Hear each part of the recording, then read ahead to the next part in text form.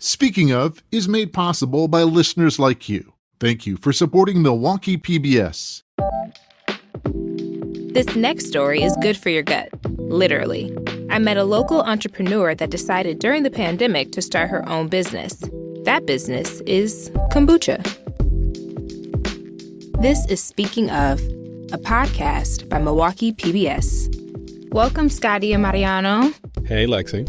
What's up, Lexi? So today we're going to be talking about kombucha, and I just am curious, what do you all know about kombucha?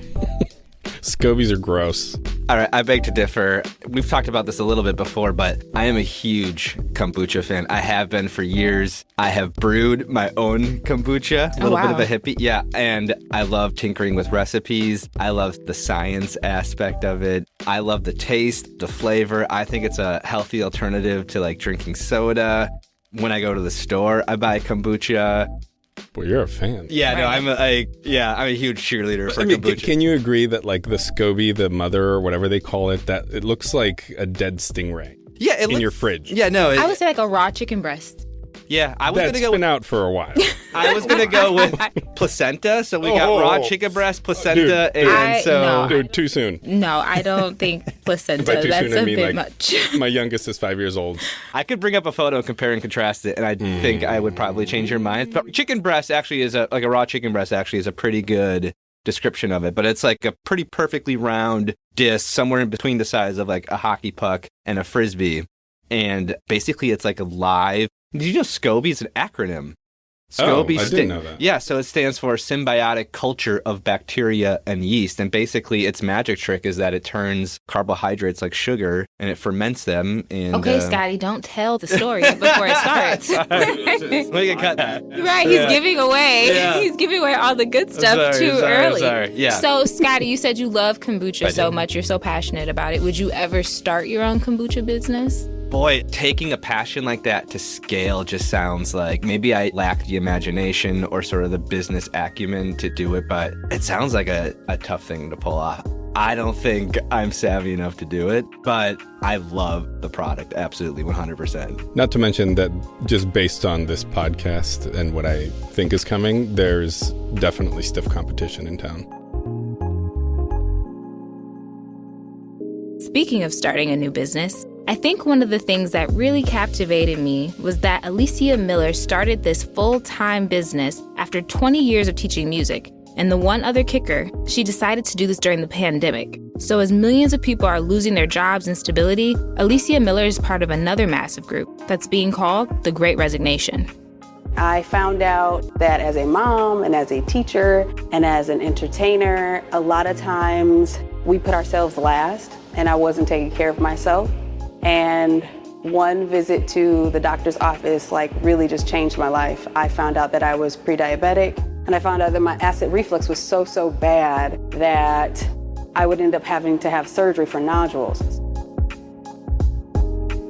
Okay, can you just quickly explain what a nodule is?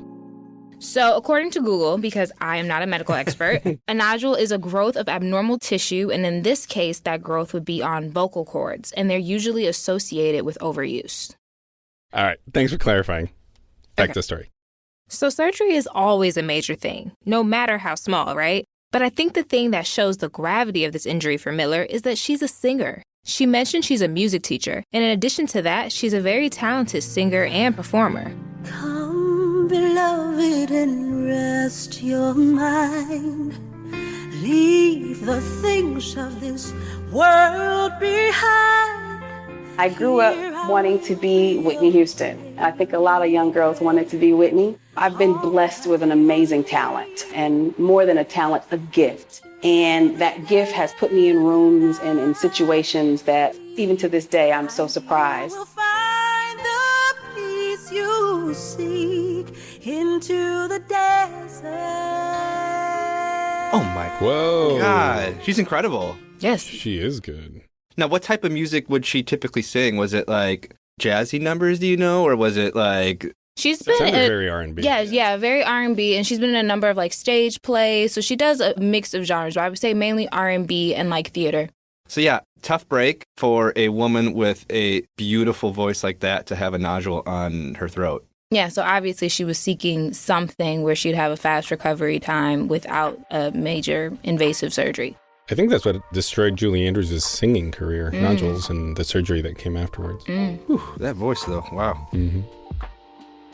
The recovery time for nodules can range from weeks to longer than 6 months. So Alicia was open to solutions outside of surgery. I mean, I don't know any entertainer eager to have their throat cut open. I talked to my sister and she was telling me about this elixir that she was drinking, and it smelled like feet and it was disgusting, but it was great for you. And I tried it. I really was not a fan, but I was a fan of how it made me feel. And that mysterious, smelly elixir was kombucha, a blend of fermented teas, sugars, bacteria, and yeast. Many drink it for health benefits like probiotics and antioxidants. All right, time out. Did they really just say it smells like feet? Yes. It does not smell like feet. Some kombucha does smell like feet. Look, I'm not a big fan, but I think I also don't have the best sense of smell. If my feet smelled like strawberry and ginger, I'd be okay with it. But not all kombucha smells like that. There are some kombuchas out there that don't smell that great. They don't taste that great. Yeah, so. no, yeah, I agree. And some are very vinegary or That's more my experience. Yeah. Is there a straight kombucha? Because it always seems that kombucha has strawberry or ginger or chai or some weird thing. I've definitely had some that are more plain, but before I had tried this particular brand of kombucha, a lot of the ones I had tasted were kind of vinegary or bitter, and I was like, I don't understand why anyone would drink this for enjoyment, honestly. So basically you just teased that you think hers is better. Oh, I didn't say that. I'm just saying, it sounded quite a bit like... Well, you have to keep listening. At least it doesn't smell like feet and vinegar. I do think it is a polarizing drink. I remember wanting to introduce it to my family. I'm like, Mom, you're going to love this. And she just was like, what is this? It was like an alien form. She just could not understand it. So a lot of people, if they don't like it, then they have a lot of misconceptions about it. For the novices, I tell them that it's a bubbly probiotic or sparkling probiotic tea. But really to go inside of it, there's that SCOBY. We have to bring it back to the mama, which I always talk about, her being the amazing piece.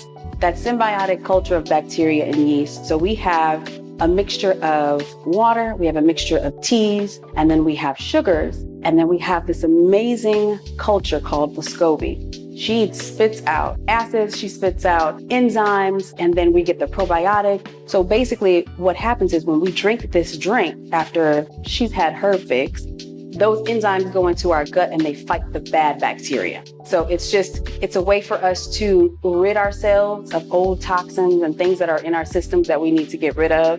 But before Alicia learned the science behind the SCOBY, she fell in love with how the bubbly drink made her feel. I saw things change. I saw my numbers change. I saw that my energy increased. I saw that the bout of depression really was lifting over me because I started to feel a lot better. And then that led me to really researching a lot more about the wonderful world of kombucha and how the microbiome is so important. Gut health is so important. Having a great digestive system is very, very important. And I grew up hearing, you are what you eat. And it really didn't resonate until I really started looking into that. And so I started making my own batches.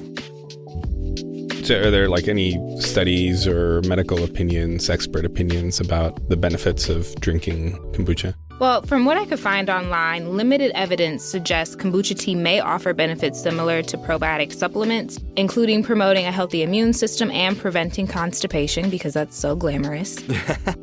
At present, though, valid medical studies of kombucha tea's role in human health are very limited, so it's hard to say just how significant the impacts can be. Alicia, however, was very much impressed with the results and even inspired. But there is a lot of research around fermented foods. And I think another argument you can make is that if you're grabbing a kombucha off the shelf as opposed to a super sugary cola, type of drink, maybe that's a healthier alternative.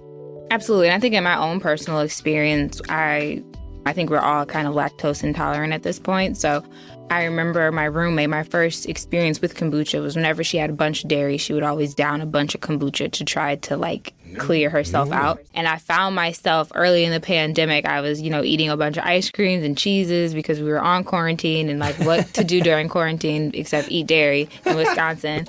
And I went to the store, I switched my milk from regular milk to oat milk, but on top of that, I did get kombucha. So it did help me in that regard. Interesting. Huh. And I brewed and brewed, and I had explosion after explosion, and I tried flavor after flavor until I finally honed in on 20 recipes, believe it or not. And then I started sharing it with my friends and family. My mom actually came to me and said, I think you have something, and I think this is something that you should really share with other people. And so February 14th, I was sitting in my mom's house. I was trying to figure out what angle I wanted to go in my life. And I said, I'm going to do it. So Soul Brew gets started in 2019. Cut to 2020, the world and economy is falling apart at the seams due to the COVID-19 pandemic. And while millions of people were clinging to their jobs, Alicia stepped out on her new passion project, thus joining the first wave of the Great Resignation. All of a sudden, it seemed like everyone I know was changing jobs or stepping off the career ladder. In the month of May alone, 3.6 million Americans quit their jobs. Labor and workplace experts are predicting a post-pandemic resignation boom. New data signals the Great Resignation, as some are calling it, is real and may be happening sooner than expected. Well, from a crisis of democracy to a crisis in the workplace. As the pandemic eases in some parts of the world, we're seeing a so-called Great Resignation. I'm going to admit that I didn't really have a whole lot of information of this as a, branded, if you will, term.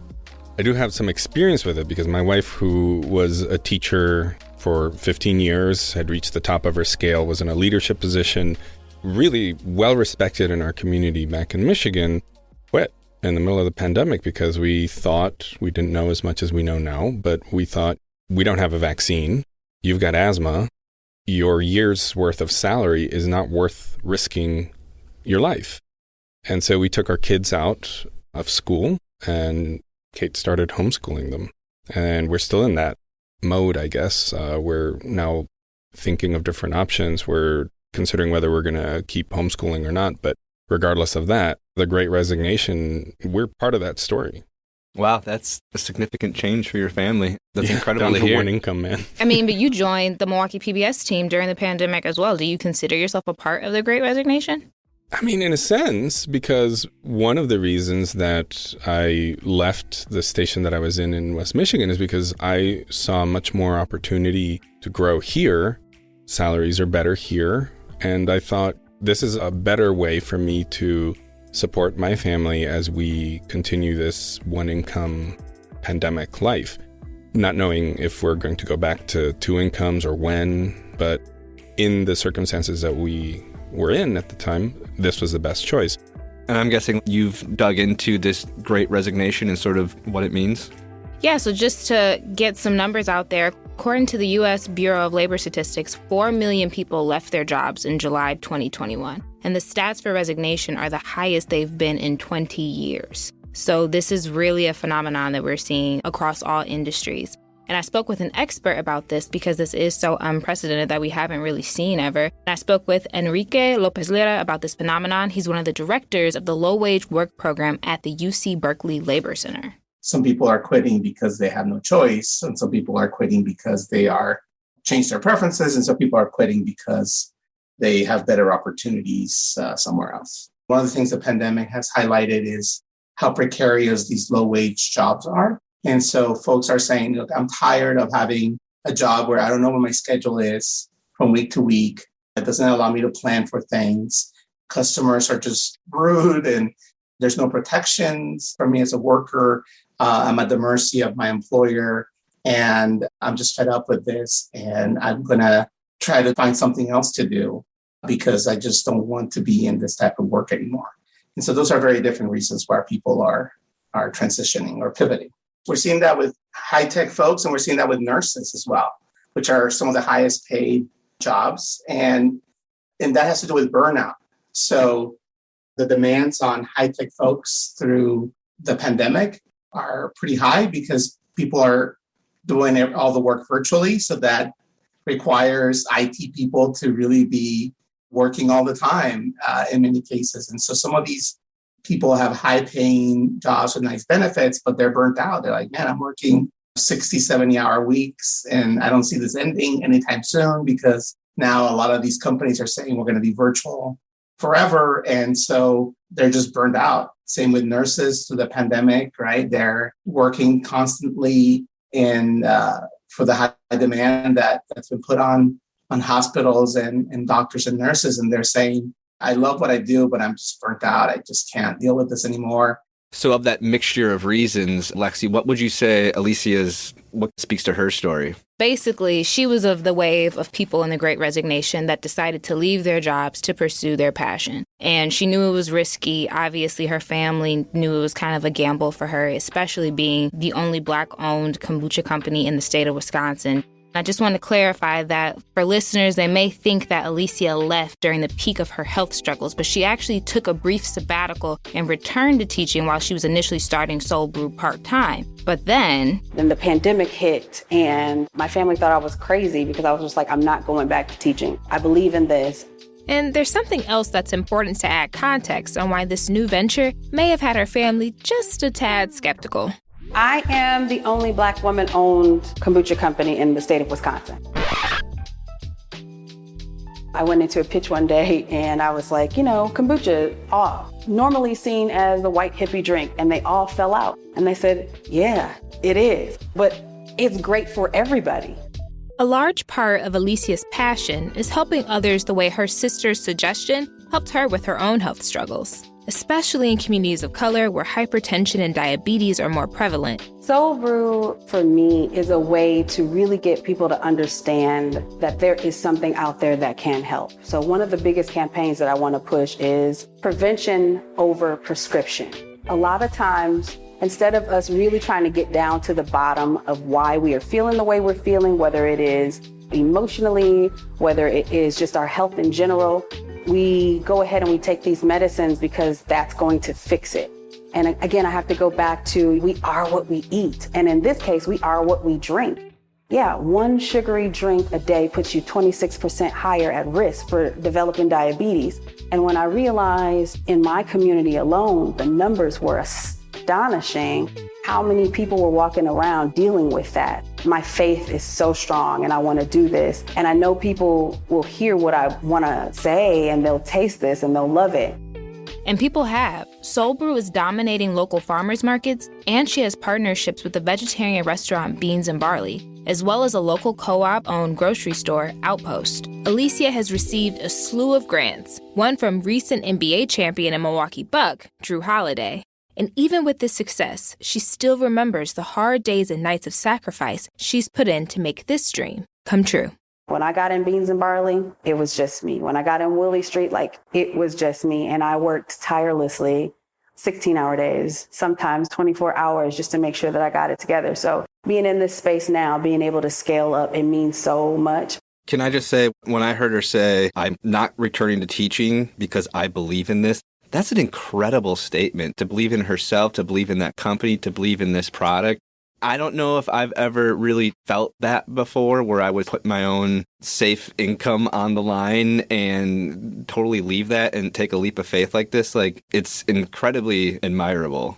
Especially with something you're so talented in. We heard her voice earlier and it was magnificent, and she'd been teaching for 20 years. So she really was just giving up a life that she knew for so long for something that she had no background in really, and there was no guarantee that it would be successful right off the bat. And she talked about some of the locations that she's now in, but in addition to the farmers markets. I happen to live in the River West neighborhood. I go to my local co-op, and I have tried some of the flavors of Soul Brew. And I know she has a Black Lives Matter flavor, which is blackberry, lemon, and mango, which is pretty cool. That sounds good. Very good. Cherry Bomb is another one of my personal favorites. It's got a little hint of cinnamon in it, which is delicious. She's also got one that's called Teacher's Aid, which I'm guessing has some vitamin C kind of stuff in there. But I love it so much. And maybe this is a good opportunity to plug Black Nouveau and the video segment you did with this story, right? Lexi, maybe we'd be able to put the link to that segment in the description for viewers to get a visual understanding of what her space looks like, what the scobies look like, and just get an idea of what her bottling process and some of those interesting flavors. But yeah, I will say being in her space and speaking with her, and I bought a case of kombucha after the shoot. And again, it was different from kombucha that I had had in the past. It made me a believer. So, so the smelly feet no longer.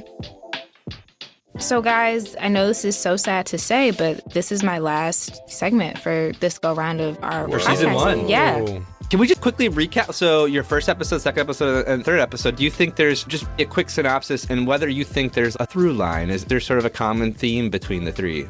Yeah, so to refresh listeners, the first episode we talked about building generational wealth in the Black community through real estate. And then the second episode, we talked about the legacy of Milwaukee's Bronzeville as far as rebuilding it and this renaissance that's happening right now as far as Black businesses. And historically, it was known to be a Black business hub, and then they kind of got washed away, but now we're seeing them resurface. And then this last story, I wanted to bring it up to date. Like, okay, what's someone right now that's like starting their legacy right in this moment? And I think what we had spoke about earlier was how Alicia really had to take a bet on herself and have faith in herself and stray from a completely successful career that was stable, consistent, a stable income, obviously a talent that was undeniable. But she decided she wanted to pivot during a pandemic, which was a big risk because, like I said, while so many people were so unsure about their incomes and where their next paycheck might come from, she was willing to take the risk on her dream. So I think that after doing these 3 stories, that it's important to note that with pursuing a passion, there's no immediate guarantee that the benefits will be speedy, fast, in a hurry, or that they'll be better than your previous gig. But I think we've seen that it's that love that pushes you to see it through.